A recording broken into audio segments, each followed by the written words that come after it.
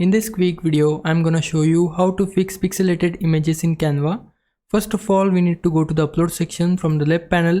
Under it, upload the image which you want to depixelate. So I have this image, I need to drag and drop it into my canvas like so. Now to depixelate this image, we need to select it first, then go to the app section from this left panel, and under it, we need to search for an app called Pixel Enhancer and then hit enter on your keyboard. Now from all of these apps, we need to select this one which will have this diamond icon, and when you select this app, then we need to click on open, and after that we'll see this interface. Now in this interface, we need to select our image first, and then we need to click on enhance selected image just like so, and then it will take some time to enhance your image.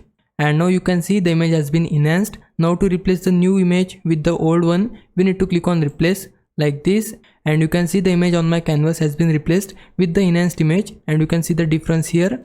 Now if I was a big help, can you like this video and subscribe my channel. For now, thanks for watching. Bye bye.